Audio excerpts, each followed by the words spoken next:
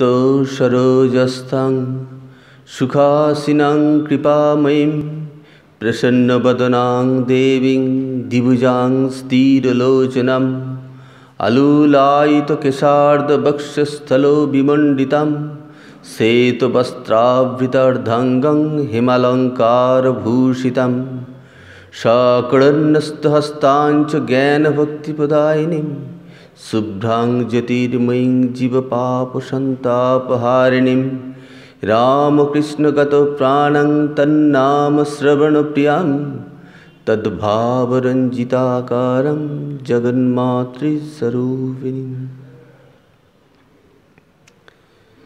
আমরা শ্রী শ্রী মাতৃপ্রসঙ্গ এই নিয়ে আলোচনা করার অভিলাষে আমরা আজকে মায়ের জীবনের কয়েকটি ঘটনা নিয়ে আমরা আলোচনা করার জন্য প্রয়াসী। শ্রী শ্রী মা যখন স্থূল শরীরে ছিলেন সেই সময় তাকে ঠাকুর বলেছিলেন যে কলকাতার লোকগুলো অন্ধকারে পোকার মতো কিলবিল করছে, তুমি তাদের দেখো। একটি দায়িত্ব তার উপর অর্পিত হয়েছিল। শ্রীরামকৃষ্ণ যখন এই দায়িত্ব মায়ের উপর অর্পণ করলেন তখন মা একটি কথা বলেছিলেন যে আমি সামান্য নারী, আমি কি এভার বইতে পারি? এরকমই তার কাছে মনে হয়েছিল। তিনি নিজেকে সামান্য বলে ছোট করতে চেয়েছিলেন, গুটিয়ে রাখতে চেয়েছিলেন, কিন্তু শ্রীরামকৃষ্ণের দৃষ্টিতে তিনি সামান্য নন, অসামান্য। সুতরাং মায়ের পক্ষে যে সবই সম্ভব এটা ঠাকুর জানতেন, তাই তার ওপর দায়িত্ব অর্পণ করেছিলেন যে কলকাতার লোকগুলো অন্ধকারে পোকার মতো কিলবিল করছে, তুমি তাদের দেখো। অর্থাৎ তারা ভোগবাদে জর্জরিত, ঈশ্বর থেকে তারা অনেক দূরে, তারা ঈশ্বরকে ভুলে তারা এই পার্থিব জীবন যাপন করছে। তাদের দৈবিক আধ্যাত্মিক জীবন যাপন করতে হবে, ঈশ্বরকে ধরে জীবন যাপন করতে হবে। সেই পাঠটি মায়ের ওপর অর্পিত হয়েছিল এবং মা সেই পাঠটি তাদের দিয়েছিলেন তার জীবনের 34টি বছর।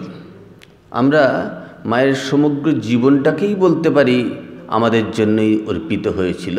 তার 67 বছরের জীবন সবটাই আমাদের জন্য, জীবের জন্য, জগতের জন্য। কিন্তু শ্রীরামকৃষ্ণের লীলা অবসানের পর যে 34 বছর সেটি বিশেষ করে, কারণ ঠাকুরের যে ভার সেটি মাকে তিনি দিয়ে গেলেন। ঠাকুর যে সকলকে কৃপা করুণা করেছেন সেটি এরপর মায়ের উপর অর্পিত হলো এবং মা সেটিকে নিষ্ঠার সঙ্গে পালন করতেন। নিষ্ঠার সঙ্গে পালন এই কারণে বলছি, আমরা জাগতিক যে দেখে থাকি, আমরা যেসব গুরু বা দেবতা তুল্য কথা মানুষদের কথা বলি, তাদের মধ্যে দেখি একরকম, যেমন গুরু মন্ত্র দিয়ে দেন, কিন্তু শিষ্যের কতটা আধ্যাত্মিক উন্নতি হচ্ছে সেটি কজন গুরু খোঁজ রাখেন, খবর রাখেন। কিন্তু আমরা মায়ের জীবনে দেখি যে যারা মন্ত্র নিয়ে গেছে তাদের খোঁজ নিতেন, তারা জপ ধ্যান করছেন কিনা তিনি দেখতেন, এবং দেখা শুধু নয়, তারা পালন করছেন কিনা তাদের জন্য মা রাত জেগে জপ করতেন। বলছেন, আমার সব সন্তানেরা যারা মন্ত্র নিয়ে গেছে তারা কাজের চাপে বা সময় পায় না, মন্ত্র জপ করতে ভুলে যায়, তাই তাদের হয়ে আমি রাত জেগে জপ করি।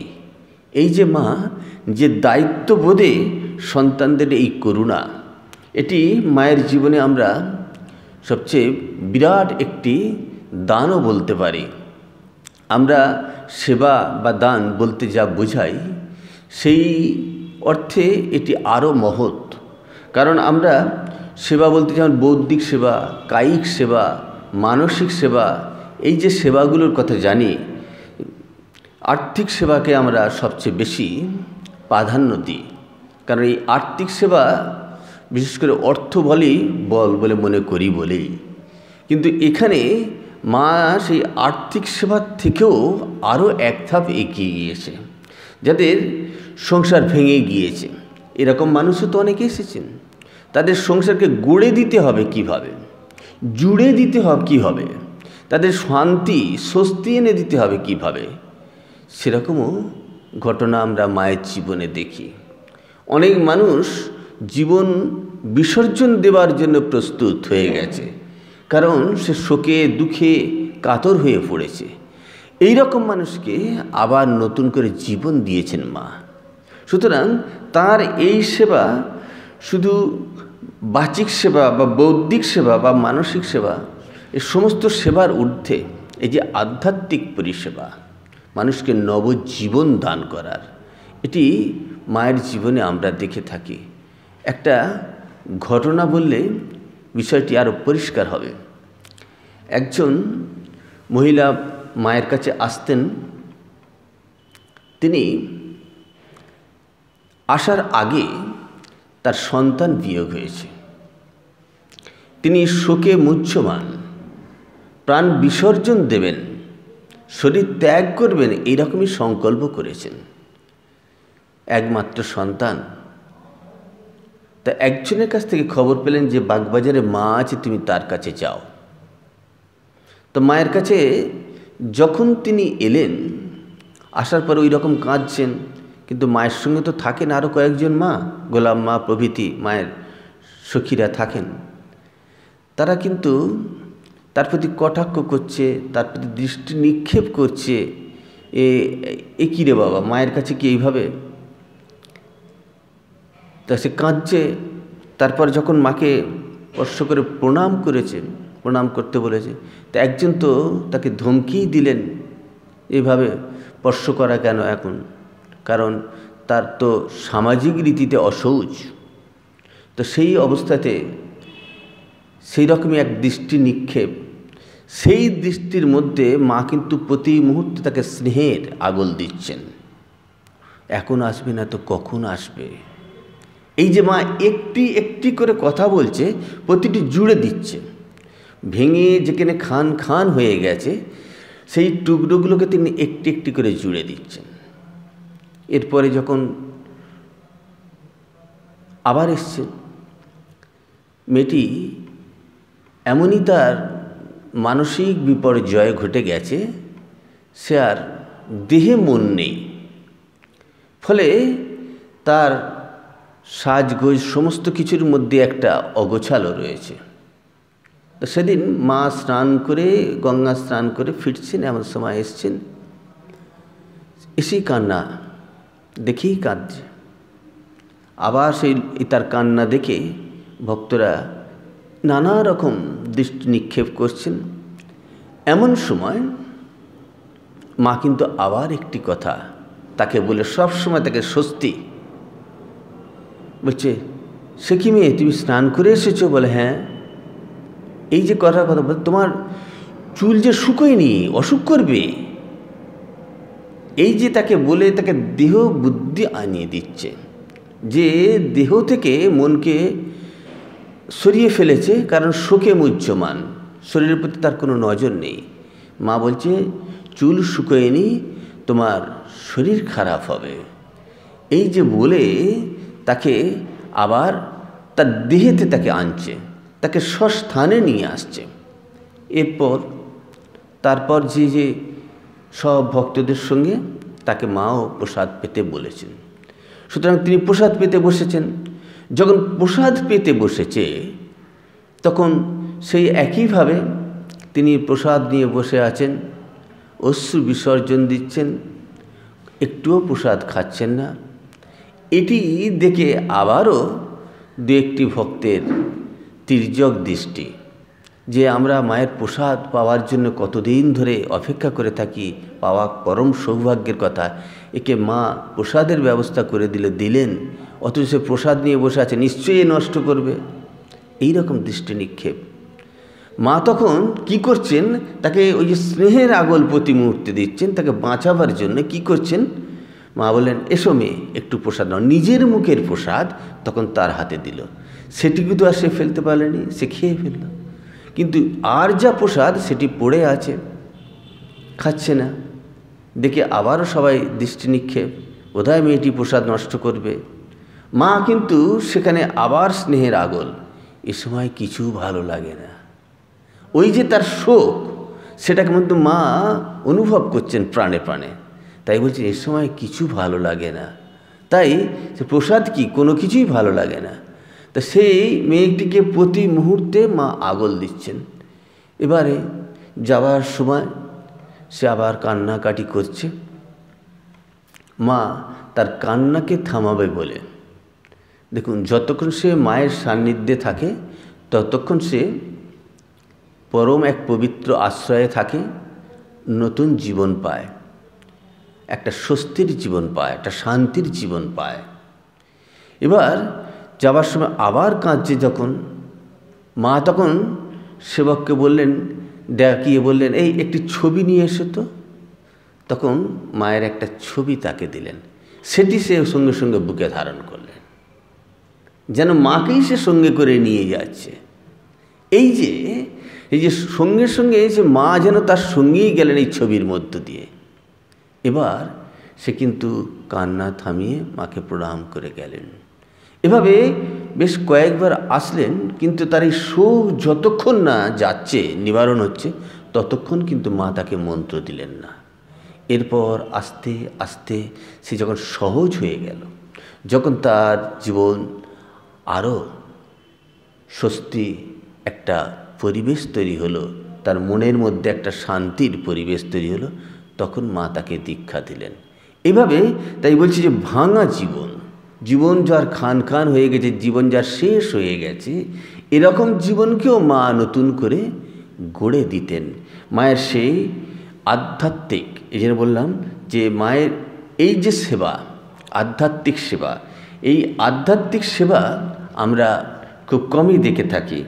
যে এভাবে যতগুলো দান আছে, ধর্মদান, অর্থদান, শ্রমদান, এই যে আছে না, এই জ্ঞান দান, বিদ্যাদান, এই সমস্ত দানের থেকে ঊর্ধ্বে বলছে ধর্মদান, যেটি এই আধ্যাত্মিক দিব্য শক্তি দান। এর মধ্যে থেকেও ঊর্ধ্বে মোক্ষদান, মুক্তিদান। সেই মুক্তি দিতে মা ইচ্ছুক আমাদের, সেই মোক্ষপথের যাত্রী করতে আমাদের ইচ্ছুক।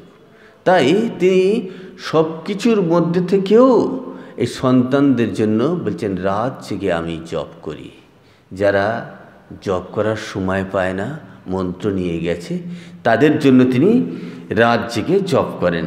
এভাবে মা তার প্রতিটি দীক্ষিত সন্তানদের জন্য করতেন। আবার যারা হয়তো দীক্ষিত নয়, মায়ের কাছে মা বলে এসেছেন, বলছেন অনেকের নাম মনে পড়ছে না, তখন মা বলছে তাদের নামেও একটা ভগবানের পায়ে অর্ঘ্য। এই যে পূজার সময় করেন, এটি মায়ের একটি সর্বৈব কল্যাণের ভূমিকা। সকলকে সন্তান স্নেহ কোলে নেয়া এবং তাদের মুক্তির পথে এগিয়ে দেয়া। এখন সেবার যে আরেকটি বিজ্ঞান রয়েছে, সেটি হচ্ছে কি, নরের মধ্যে নারায়ণ খোঁজা, শিব জ্ঞানে জীব সেবা। এই যে সেবার পাঠটি তার ছিল।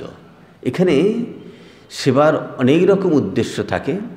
যদি আর্থিক দানেই যদি সবচেয়ে বড় সেবা হতো, তাহলে বিশ্বের বড় বড় ধনী মানুষগুলোই বড় সেবক হয়ে উঠতেন, কিন্তু তা হয়নি। দেখা গেছে যারা সেই অর্থে কোনো রোজগারই করে না, যারা পরার্থে জীবন দান করেছেন, জীবনকে উৎসর্গ করেছেন, তারাই কিন্তু জগতে বড় বড় সেবক রূপে চিহ্নিত হয়েছে। তাই মাকে আমরা দেখি সেই সেবার এক একটি অধ্যায় উন্মোচন করেছেন। তিনি যেমন আধ্যাত্মিক সেবা এভাবে করেছেন যে দুঃখী তার দুঃখ মোচন করেছেন, যে মানুষ আবার কোনো পথ খুঁজে পাচ্ছে না, তাকে পথ তৈরি করে দেয়া। মা যে সময় ছিলেন সেই সময়ের কথা একজন নারী, তার নাম হচ্ছে সরলাবালা দেবী। ইনি মায়ের কাছে আসতেন তাকে স্বাবলম্বী করে তোলার জন্য। মা তাকে ধাত্রীবিদ্যা শিখতে পাঠিয়েছিলেন। মনে রাখতে হবে, আজকে এই ধাত্রীবিদ্যা শেখার জন্য যে কোনো বর্ণের, যে কোনো শ্রেণীর, যে কোনো বাড়ির মহিলা যেতে পারে। বর্তমানে এটি স্বীকৃত, বর্তমানে এটি পরিচালিত সবার দ্বারা, সমাজের দ্বারা, দেশ দ্বারা, পারিবারিক শক্তি দ্বারা।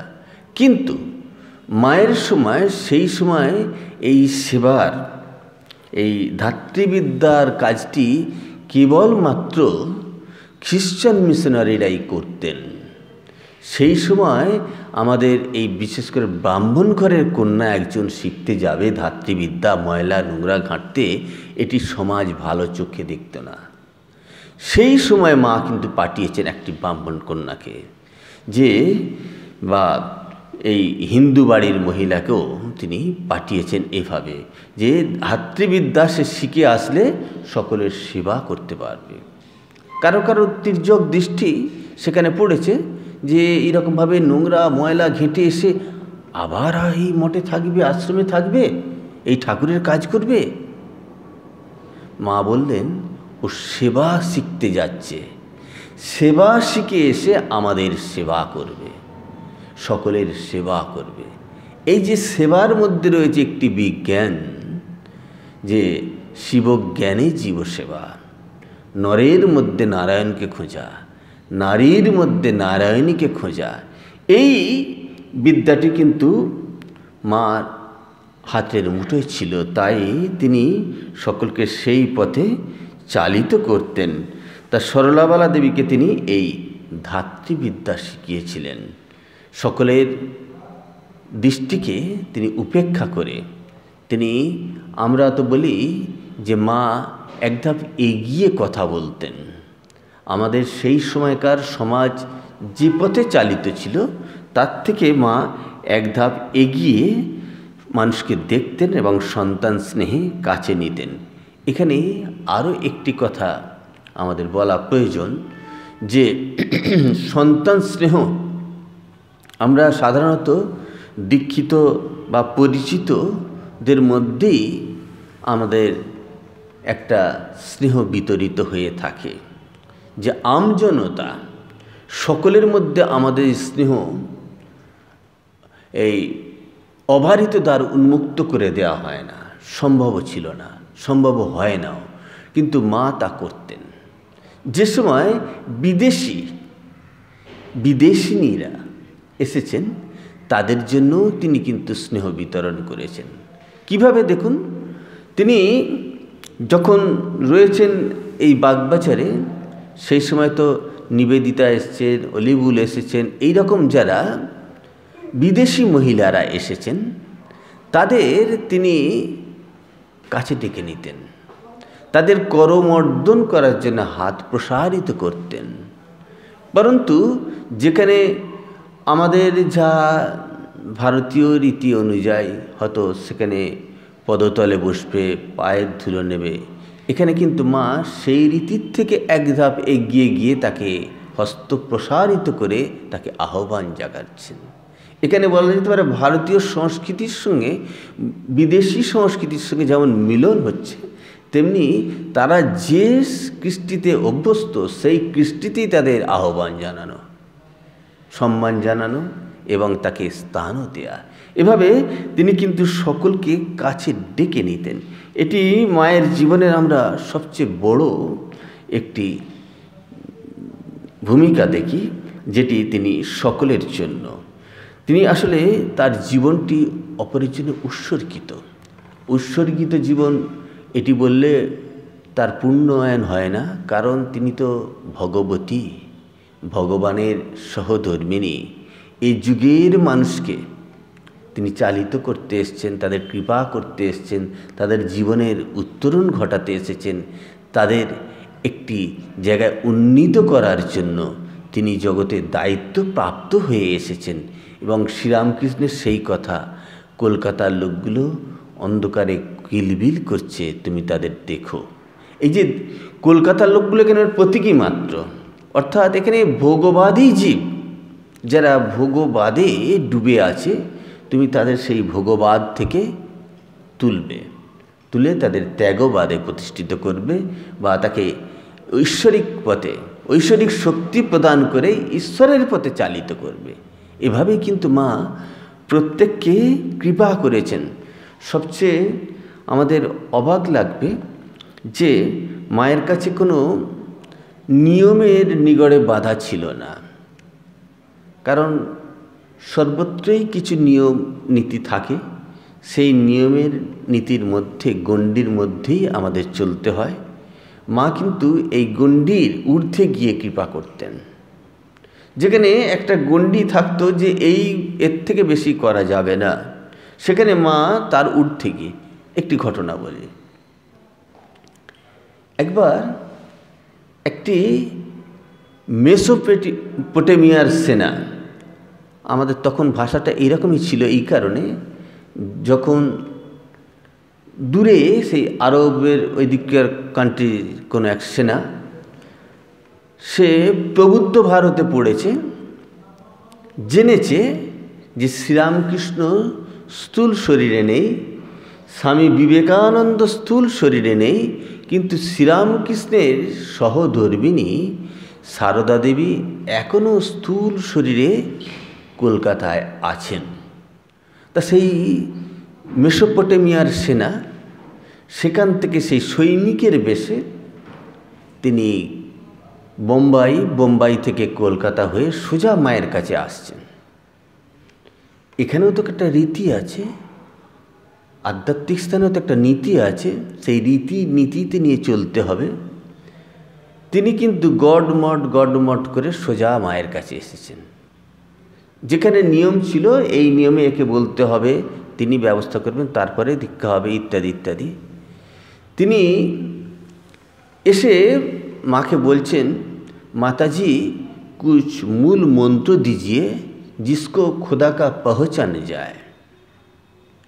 সে এসে মাকে ডাইরেক্ট অ্যাপ্রোচ করছে যে আমাকে কিছু মন্ত্র দিন, মূল মন্ত্র দিন, যার দ্বারা আমি ভগবানের কাছে পৌঁছাতে পারি। মা কিন্তু শরৎ মহারাজকেও ডাকলেন না, সেবককেও ডাকলেন না, অরূপানন্দকেও ডাকলেন না। মা তার ওই মনের অবস্থা দেখে, আমাদের মনে রাখতে হবে, মা এখানে অনেকবার বলেছেন এই কথাটি, কাউকে দেখে মনে হয় কী মন্ত্র দেব মন থেকে বলে না, অপেক্ষা করতে বলেন। আবার কাউকে দেখে মনে হয় এই মন্ত্রটি দাও, সঙ্গে সঙ্গে তাকে সেই মন্ত্রটি দিয়ে দিই। তা এখানে মা নিজে উঠে আসন পেতে একটি আসনে তাকে বসতে দিলেন, একটি আসনে তিনি বসলেন, বসে তাকে মন্ত্র দিয়ে দিলেন। বলছেন সব বুঝে নিলে, ভেতর থেকে যেন কি বলছে তাকে এই মন্ত্র দাও। এই যে মায়ের অনুভব, সন্তান দেখে তিনি চিনতে পারতেন, বুঝতে পারতেন, একটা অনুভূতির স্তরে, একটা দিব্য স্তরে তিনি থাকতেন। আমাদের মনে রাখতে হবে, মা এমনই একটি জায়গায় তিনি থাকতেন, এমন এক আধ্যাত্মিক পরিবেশে তিনি থাকতেন, ফলে তার তো মনে একটি ভাব থাকতোই জমাট বেঁধে। সর্বোপরি যে সন্তান এতদিন ধরে ভাবতে আসছে তার কথা, তার তো মনের মধ্যে একটি ভাব তৈরি হয়ে গিয়েছিল। মা বলছেন মন থেকে বললে ওকে এই মন্ত্রটি দাও। সেই মন্ত্রটি মা তাকে দিয়ে দিলেন। এই যে মায়ের মন থেকে বলতো, আর সব বুঝে নিলে। মা তাকে বাংলায় বলছেন, সে কিন্তু হিন্দিতে সব উত্তর দিচ্ছেন, বুঝে নিচ্ছেন, এবং মার কাছে সব। তো এইভাবে কথা হতো, অর্থাৎ মায়ের সঙ্গে তাদের হৃদয়ের একটা সূক্ষ্ম সেতু তৈরি হয়ে যেত। আবার যে মায়ের ভাষা বুঝতো না, মা তার ভাষা বোঝে না, ভাষার একটা প্রবলেম থেকে যেত। কিন্তু এই ভাষার প্রবলেম বলছে সেখানে কোনো বাধা হতো না। নিবেদিতা ইংরেজিতে বলতেন, মা বাংলায় উত্তর দিতেন। আবার নিবেদিতা মার বাংলা কথা শুনে খিলখিল করে হাসছেন, মা নিবেদিতার ইংরেজি কথা শুনেও হাসছেন, উত্তর দিচ্ছেন। তাহলে এখানে বলতে হবে একজন বাংলা জানে না, একজন ইংরেজি জানে না, কিন্তু তাদের যে কথা করসপন্ডেন্স যেটা হচ্ছে সেটা হৃদয়ের ভাষায়, তাদের অঙ্গভঙ্গি ভাবে যে কথা হচ্ছে উভয় উভয়কে বুঝে ফেলছেন, উভয় উভয়কে পড়ে ফেলছেন, জেনে ফেলছেন। তো এভাবে নিবেদিতার সঙ্গে মায়ের কথা বলতে কোনো অসুবিধে হতো না। বা বিদেশিনীরা যারা আসতেন তাদের সঙ্গে মা এত স্বচ্ছন্দভাবে কথাবার্তা বলতেন, এটি আমাদের অবাক লাগে যে মা কেমন করে বলতেন। অর্থাৎ তিনি যে সকলের হৃদয়ে, মদ্রূপা সকলা স্ত্রিয়া, স্ত্রিয়া সকলা জগৎসু, এই যে আছে না দেবী ভাগবতে, দেবী বলছেন যে সমস্ত নারী জাতি তো আমার এক একটি রূপ, আমি সমস্ত নারী জাতির হৃদয়ে আছি। সুতরাং মা তো তার হৃদয়ের মধ্যে, তাই তার নিজের কথা নিজের বুঝতেও কোনো অসুবিধা হয় না। এইভাবে মা দেখছি আমরা প্রতি মুহূর্তে যে মানুষ আসছে তার কিন্তু হৃদয়ে কিভাবে তিনি প্রবেশ করছেন, এই যে তাকে সেই অবস্থা থেকেই তাকে বিদ্যা দান, জ্ঞান দান, সেবা দান, সমস্ত কিছুই দান করছেন। এই যে পরার্থে জীবন দানকে বলা হয়েছে বড় দান। আমরা অনেক রকম দানের পাঠের কথা, সেবার কথা শুনছিলাম, যে মা কিভাবে সকলকে একটার পর একটা জীবনের মান উন্নয়ন করার জন্য। আমরা এখানে আরও একটি কথা আমাদের স্মরণ করতে হবে। যে সময় মা বাগবাজারে রয়েছেন সেই সময় একদিন দুপুরে একটি ভিখারি এসেছে, মা ভিক্ষা পাই গো, মা ভিক্ষা পাই গো, মা ভিক্ষা পাই গো করছে। কিন্তু সবাই দুপুরে সুখনিদ্রায় নিদ্রিত, কারোর কানে পৌঁছাচ্ছে না সে আর্তনাদ। কিন্তু তিনি যে মা, তিনি আর্তের মধ্যে, পীড়িতের মধ্যে, দিন দুঃখী সকলের মধ্যে তিনি রয়েছেন, সকলের আর্তনাদ তার হৃদয়ে বাজে। তাই তিনি নিজে দুপুরে উঠে পড়লেন আর বলছেন কি, যে ভিখারিকে যদি ফিরিয়ে দেওয়া হয় তাহলে অকল্যাণ হয়, যার যা প্রাপ্য তার মুখের কাছে সেটি দিতে হয়। এমনকি বলছে এই সবজির খোসাটাও গরুর মুখের কাছে গিয়ে ধরতে হয়, এটি তার প্রাপ্য। এভাবে মা হচ্ছে সেই শাস্ত্রের কথাই আমাদের মনে করতে হবে। বালক বা বৃদ্ধা বা যুবা যস্য গৃহাৎ প্রতি নিবর্ততে তস্য পূজা বিধাতব্যা সর্বাভ্যাগত গুরু। বালক, বৃদ্ধ, যুব যে কেউ যদি তোমার বাড়িতে আসে, তুমি সেই অতিথিকে নারায়ণ জ্ঞানে তস্য পূজা বিধাতব্যা সর্বাভ্যাগত গুরু, গুরুর মতো তাকে সেবা করতে হয়, নারায়ণ জ্ঞানের সেবা করতে হয়। এই যে শাস্ত্র নির্দেশ, এ তো শাস্ত্রের নির্দেশ, মায়ের আচরণ। সেজন্য বলি মা যেন ওই শাস্ত্রের আচরণগুলি তার জীবনের মধ্যে দেখিয়েছেন, এবং শাস্ত্র তার জীবনই হয়ে উঠেছে শাস্ত্র। এবং বলছে ভিখারিকে যদি ফিরিয়ে দেওয়া হয় সম্পূর্ণ মাদায় গচ্ছতি, সে গৃহস্থের অর্জিত সমস্ত কল্যাণ মঙ্গল সে নিয়ে চলে যাবে। এই যে গার্হস্থ জীবন যাপন করতে হলে তারও কতগুলো কর্তব্য আছে, কতগুলো ডিউটি আছে, সেগুলো যে পালন করা উচিত আমাদের, সেটিও কিন্তু মা শিখিয়ে দিচ্ছেন, সমস্ত সমাজকে একই সঙ্গে শিখিয়ে দিচ্ছেন নিজের জীবনের আচরণের মাধ্যমে। এই যে মায়ের শিক্ষা, এই শিক্ষা থেকেও কিন্তু আমাদের পাঠ নিতে হবে প্রতি মুহূর্তে। তারপর তিনি যেভাবে সেবা করতেন, সে প্রত্যেকের মধ্যে যেন এই সেবাই পরম ধর্ম, এখানে কিন্তু কাউকে কিছু সাহায্য করাটাই সাহায্য নয়, সেটি একটি ধর্মের আচরণ। তার মধ্যে নারায়ণকে দেখা, তার জীবের মধ্যে শিবকে দেখা, সেই শিবের পূজা করারই একে জীবকে শিবজ্ঞানের পূজা। আমরা মূর্তি ছবিতে পূজা করি, কিন্তু সেই ছবি যে আমার কাছে নারায়ণ হয়ে এসেছে, আজকে যিনি আমার কাছে আসছেন কালকে হয়তো তিনি নেই, তিনি ছবির মধ্যে আছেন, তখন ছবিতে কিন্তু ফুলমালা দিচ্ছি, পুজো করছি, তাকে শ্রদ্ধা জানাচ্ছি, অথচ মানুষটি যখন কাছে এলো তখন তাকে করতে পারলাম না। তাহলে কি সে নারায়ণ জ্ঞানের সেবা হলো? সেই জন্য বলছে প্রতিটি জীবকে তার প্রাপ্য সম্মান, মিনিমাম তার সম্মানটুকু তাকে দেওয়া দরকার। নাইবা তাকে পূজা করতে পারলাম, তাকে শ্রদ্ধাটুকু তো দিতে পারি, সম্মানটুকু তো দিতে পারি। এই নয় তুমি মানুষ দেখা মাত্রই নারায়ণ জ্ঞানে তাকে প্রণাম করতে হবে, তা নয়, অন্তর থেকে শ্রদ্ধাটুকু থাক, তার প্রাপ্য সম্মানটুকু থাক। তো এভাবে প্রত্যেককে সে সকলকে যে সম্মান দেওয়ার, মায়ের কথার মধ্যে আমরা পাই অমানি না মান দে না, অমানিকেও মান দেবে। আমরা মানি মানুষকেই মান দিতে পারি না, আবার অমানুষকে মান দেয়া। মা বলছেন প্রত্যেকের একটি মান আছে, সে মানটি তাকে দিতে হয়। কীরকম বলছে? ঝাঁটাটাকেও, এই যে ঝাঁটা, এই ঝাঁটাটাকেও বলছে মান দেবে, সম্মান করে দিতে হয়। তাহলে কি ঝাঁটাকে প্রণাম করে রাখতে হবে? তা নয়। এই ঝাঁটা ঝাড়ু দিয়ে কেউ ফেলে দিল, তা নয়। এটিকে বলছে ঠিক সস্থানে তাকে গুছিয়ে রাখতে হয়। ঝাঁটা হয়তো অস্পৃশ্য, কিন্তু এই ঝাঁটার সাহায্যে আমার এই ঘরটা পরিষ্কার পরিচ্ছন্নতা দূর করার জন্য অপরিহার্য।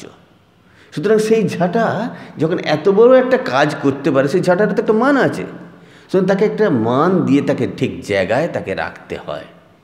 এই যে মায়ের কথা আমাদের প্রত্যেক দিন প্রতিটি সময় অনুশীলন করতে হবে, পাঠ নিতে হবে। আমাদের জীবনের সমস্ত ভুল ভ্রান্তি যেগুলো আমরা জেনে এসেছি সত্য বলে, সেগুলো সূত্রে যাবে, সেগুলো ঠিক হয়ে যাবে। তিনি এত বড় করে দেখেছেন মানুষকে, এবং প্রতিটি মানুষের মধ্যে বড় করে বলতে নারায়ণ জ্ঞানে দেখেছেন, শিব জ্ঞানে দেখেছেন।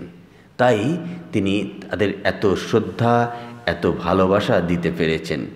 মায়ের এই দেখা মধ্যে রয়েছে দেখুন একটি সাধন দৃষ্টিও। আমরা শুনছিলাম যে ধর্মদান, অর্থদান, বিদ্যাদান, জ্ঞানদান, এসব দানগুলোর মধ্যে জ্ঞানদান বা ধর্মদানকে বড় বলা হয়েছে। কিন্তু মা আরও এক ধাপ এগিয়ে গিয়ে তারা যাতে মুক্তি লাভ করুক, আমার সন্তানরা তারা দীক্ষা নিয়ে গেছে, মন্ত্র নিয়ে গেছে, তারা ঠিক সময় জপ ধ্যান করতে পারে না, তারা যাতে মুক্তি লাভ করে, সেই জন্য তাদের জন্য আমি রাত জেগে জপ করি। এই যে মায়ের একটা নিজের দায়িত্ববোধে, অর্থাৎ আমাদের মোক্ষ পথের অভিযাত্রী, মুক্তিদাত্রী তিনি। এই যে কাজটি, এটি হচ্ছে সেবার সবচেয়ে বড় একটি দিক। এবং তাদের সেবার মধ্যে হচ্ছে শিবের মধ্যে জীব, এবং যত্র জীব তত্র শিব, সমস্ত জীবের মধ্যে শিবের অবস্থান। যার ফলে মা এগুলো যে বলতেন এবং করতেন এবং ভাবতেন, তার জীবনের পাঠ থেকে আমরা এটা জানতে পারি এই রকম যে সমস্ত জীবের মধ্যে তিনি শিবকে দেখতেন কিনা, এরকম পরীক্ষা করার জন্য অরূপানন্দ মহারাজ লক্ষ্য করতেন। তিনি পুলিশের চোখ নিয়ে দেখতেন যে মা পিঁমড়েটাকে মারে কিনা। তিনি দেখছেন, মা বলেছিলেন যে আমি পিঁমড়েটার মধ্যেও আছি। এই যে কথা রাসবিহারী মহারাজকে বলেছিলেন, এবারে তিনি লক্ষ্য করছেন মা পিঁমড়েটাকে মারে কিনা। দেখছেন মা ওই নৈবেদ্য থেকে এক একটা পিঁমড়েকে সরিয়ে সরিয়ে রাখছেন। এই যে মায়ের জীবনের আচরণ, এর থেকে কিন্তু অরূপানন্দ মহারাজের দৃঢ় বিশ্বাস হলো মা সকলের মধ্যে, ওই যত্র জীব তত্র শিব, সমস্ত জীবের মধ্যেই শিবকে দেখেন, সকলকেই সন্তান জ্ঞান করেন, সকলের প্রতি তার শ্রদ্ধা, সকলকেই নারায়ণ জ্ঞানে এমন ভালোবাসেন। তাই তিনি পিঁপড়েটাকেও মারতেন না। আবার বিড়ালকে মারতেন। এক সন্তান জ্ঞান মহারাজ বিড়ালকে মারতেন। মা বললেন, জ্ঞান, ওর জন্যে দুটি চাল নিও, জানবে। বলছে তবুও তো জ্ঞান মহারাজ লুকিয়ে লুকিয়ে মারতেন। একবার যখন মা বললেন, জানবে ওর মধ্যেও আমি আছি, বলছে এরপর জ্ঞান মহারাজ আর মারতে পারতেন না। তাহলে এই যে জীবের প্রতিও তার যে একটি বিশেষ দৃষ্টি, যে তার মধ্যেও তিনি আছেন। আমি সকলের মধ্যে আছি, আমি মা সকলের মা। কী বলছে? অহম রাষ্ট্রে।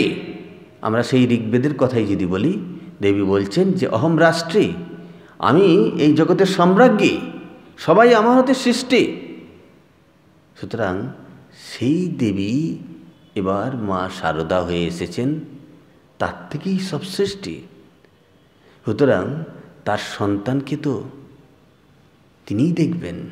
তাই তার প্রত্যেকটা সন্তানকে তিনি এভাবে স্নেহের চোখে দেখতেন এবং তাদের এতই ভালোবাসতেন যে জন্যে তাদের তিনি কখনো ফিরিয়ে দিতেন না, বিমুখ করতেন না। বলছে যার যা প্রাপ্য তাকে ঠিক দিতেন, বঞ্চিত করতেন না। অর্থাৎ কোনো এক দীক্ষাপ্রার্থী হয়ে এসেছে সন্তান, যে সংসার তাপে তৃষিত, দগ্ধ, যার কোনো উপায় নেই, সে যখন মায়ের কাছে এসে পড়ছে, মায়ের তখন একটা দায়িত্ববোধ কাজ করে। মা তখন সেই সন্তানকে কিভাবে উদ্ধার করবেন, কিভাবে মুক্ত করবেন, কিভাবে তার জীবনের উত্তরণ আসবে, কিভাবে সে সন্তান মুক্তির পথে এগিয়ে যাবে, সে যেন দায়িত্ববোধেই মা তাকে কাছে টেকে নিতেন। তাই কাউকে তিনি বঞ্চিত করতেন না, কাউকে বিমুখ করতেন না, সকলকেই তিনি কাছে টেকে নিতেন। এমনকি একটি ঘটনা আপনাদের কাছে বললে জিনিসটি আরও পরিষ্কার হবে।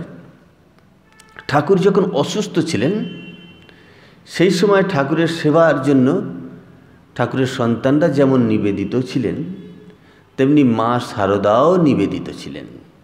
তিনি সন্তানদের যেমন মা দেখেছেন, তেমনি মাও ঠাকুরকে সেবা করতেন সন্তান জ্ঞানে, ইষ্ট জ্ঞানে। তার এক এক সময় এক একটি ভাব হতো। কীরকম দেখুন, মা তো ব্রাহ্মণ কন্যা, আবার আমাদের গুরুমাও বলতে পারেন, ভগবতীও। কোনো বিশেষণই তার কাছে পূর্ণতা পায় না, সব বিশেষণই তার মধ্যে প্রবেশ করে যায় এবং সমস্ত বিশেষণ তার মধ্যে বিলীন হয়ে যায়। স্বামীজি বলছে সব কিছু উবে যাচ্ছে, মা দেখছি। মা বলে আমাকে উড়িয়ে দিও না বাবা।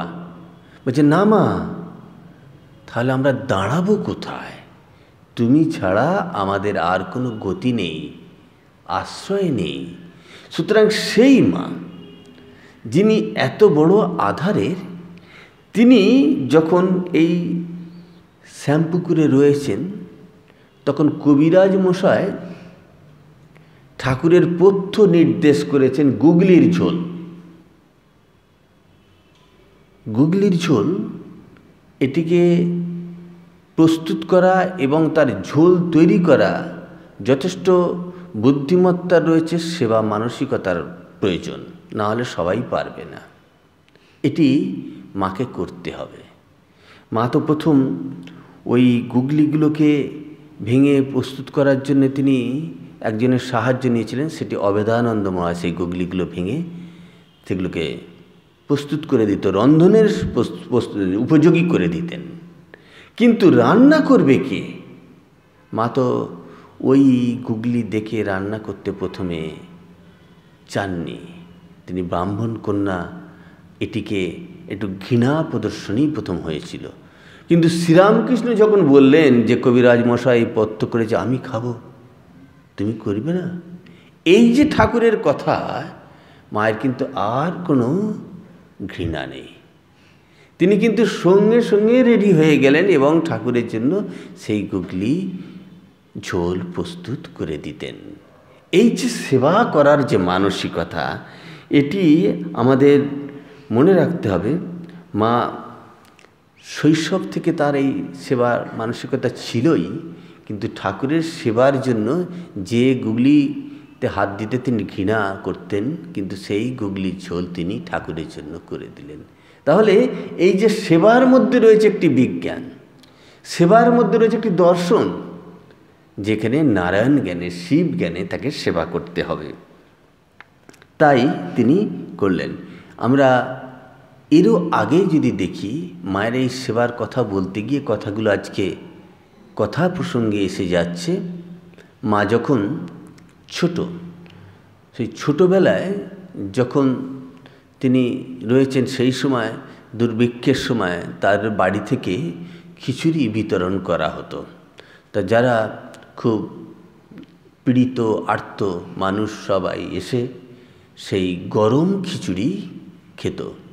তা মা সেই সময় যখন তার খুব কম বয়স, ছোটোবেলায় দু হাতে দুটি পাখা নিয়ে সেই খিচুড়ি হাওয়া করে খিচুড়িটি যাতে ঠান্ডা করে জুড়িয়ে দেয়, যাতে খাবার উপযুক্ত হয়, কারণ আর্ত পীড়িত নারায়ণ যাতে কোনোভাবে কষ্ট না পায় সেটি কিন্তু তিনি নিজে থেকেই করতেন। এই যে তাকে কেউ শেখাতে হতো না, বলতে হতো না, এই যে তার ভেতর থেকে বেরিয়ে আসতো এই সেবার ভাব। এভাবে মা তিনি সবাইকে সেবা দিতেন ছোটোবেলা থেকে। তিনি যে ভগবতী, তিনি যে দেবী, দেবী হয়েও যে এত সেবা করতে পারেন, এটি আমাদের যথেষ্ট পাঠ নেওয়ার প্রয়োজন যে তিনি কিভাবে জীবনের আচরণ করেছেন। আমরা মানব সাধারণ কজন এই আচরণ করতে পারি, কজন এই বিদ্যা গ্রহণ করতে পেরেছি।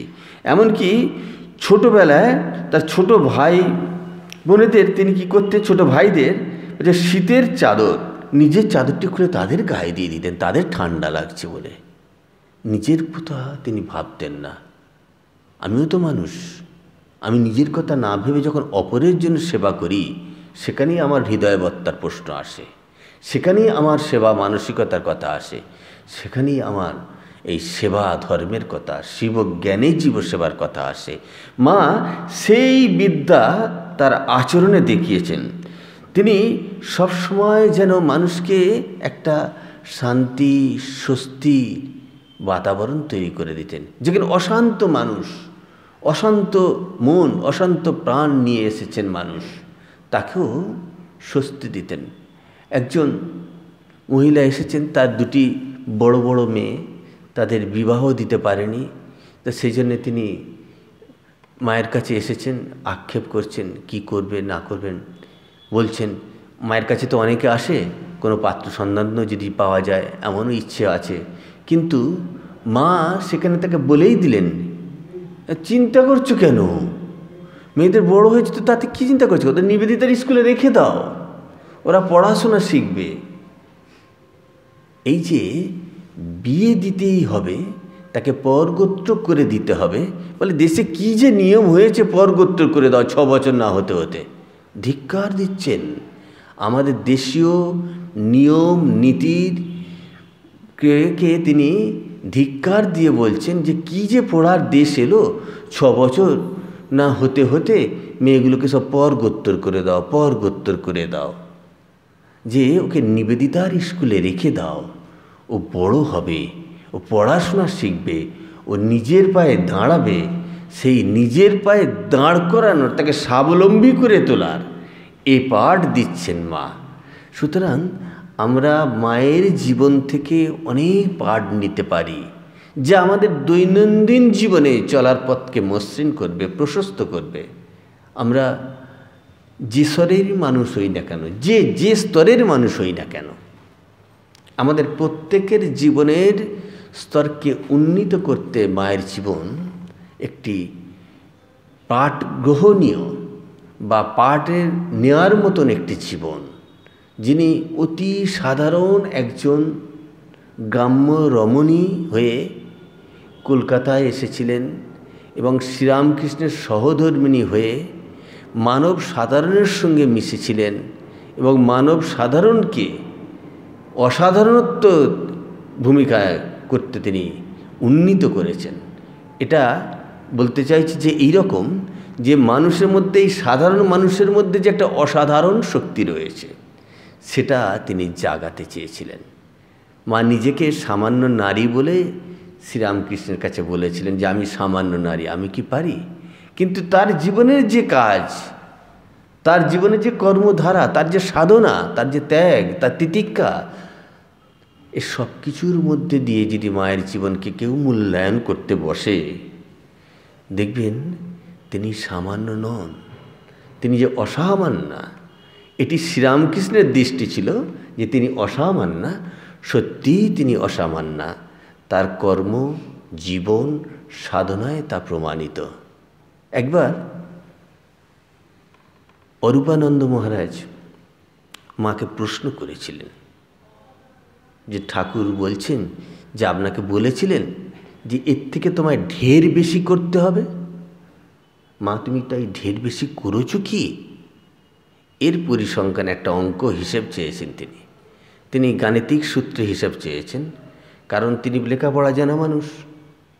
মাকে ধরেছেন মায়ের জীবনের প্রায় শেষ দিকে যে এর থেকে ঢের বেশি করেছেন কি না। মা কিন্তু উত্তর এড়িয়ে যাননি।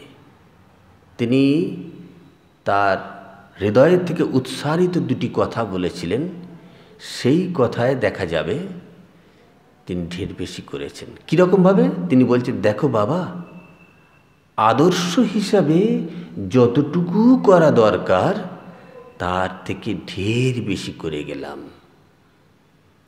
আমরা যদি এবার পরিসংখ্যান নিয়ে মেলাতে বসি, গবেষণা করতে বসি, ঠাকুরের কাছে যেতে গেলে অনেক বাধা বিপত্তি, বাধা নিষেধ, নিয়ম নীতি বাজিয়ে বাছাই করে তবে ঠাকুর নিতেন। দেখে শুনে সকলের স্পর্শ গ্রহণ করতে পারতেন না। একই মা এলো রে বাবা, যত সব মার নিকট চালান দিচ্ছি। প্রেমানন্দ মহারাজ বলছেন যে আমরা যা গ্রহণ করতে পারছি না সব মার নিকট চালান দিচ্ছি, আর মা সব অকাতরে গ্রহণ করছেন। সুতরাং সেই কৃপাময়ী মা, তিনি তার সমস্ত শ্রেণীর মানুষকে সন্তান হিসাবে ধরেছেন।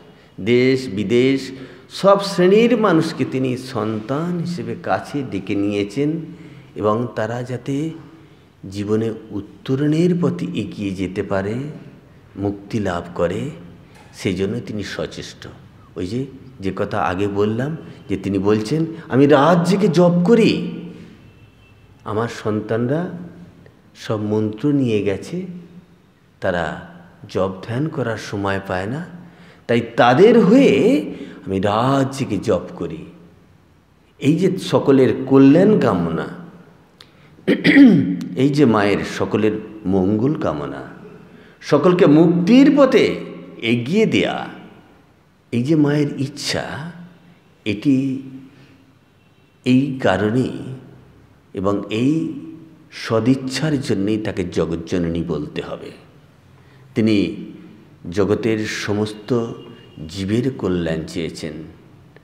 যখন বলছে মা তুমি বলো একবার ইংরেজ উচ্ছন্নে যাক, তারা উচ্ছন্নে যাক, এই কথা বলো একবার। মা কিন্তু বলতে পারলেন না।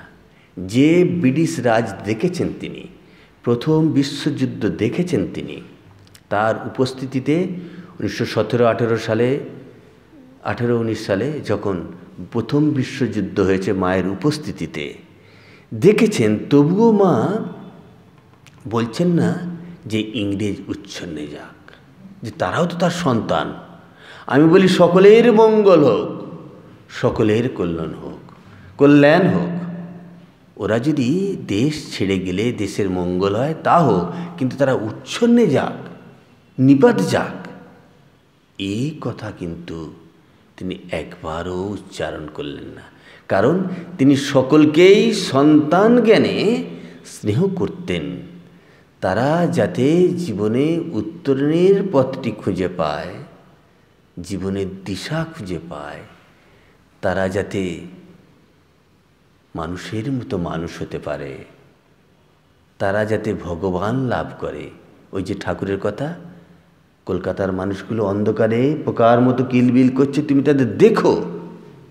দেখো বলতে সেখানে বাড়ি বাড়ি কি আলো, এই আলো পৌঁছে দেওয়া, মানুষদের কাছে এই আলো পৌঁছে দেওয়া, জ্ঞানের আলো, মুক্তির আলো, মোক্ষপথের আলো, সেই আলো পৌঁছে দিতে চেয়েছিলেন মানুষকে, তার জীবনের সর্বোচ্চ স্তরে উন্নীত করতে চেয়েছিলেন। স্বামীজি বলছেন each soul is the potential divine. প্রতিটি মানুষের মধ্যে সুপ্ত দেবত্ব আছে, সেই চৈতন্যের জাগরণ।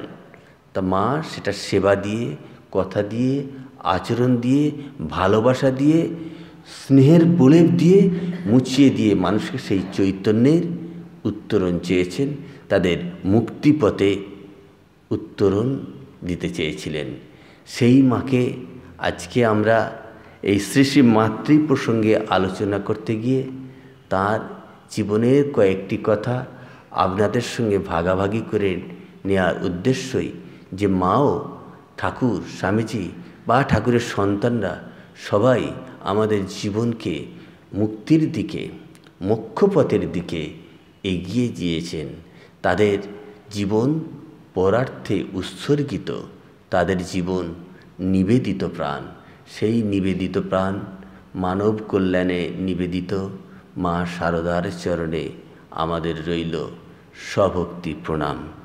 জননীং শারদাং দেবীং রামকৃষ্ণং জগদ্গুরুম পাদপদ্মে তয়োশ্রিত্বা প্রণমামি মুহুর্মুহুঃ।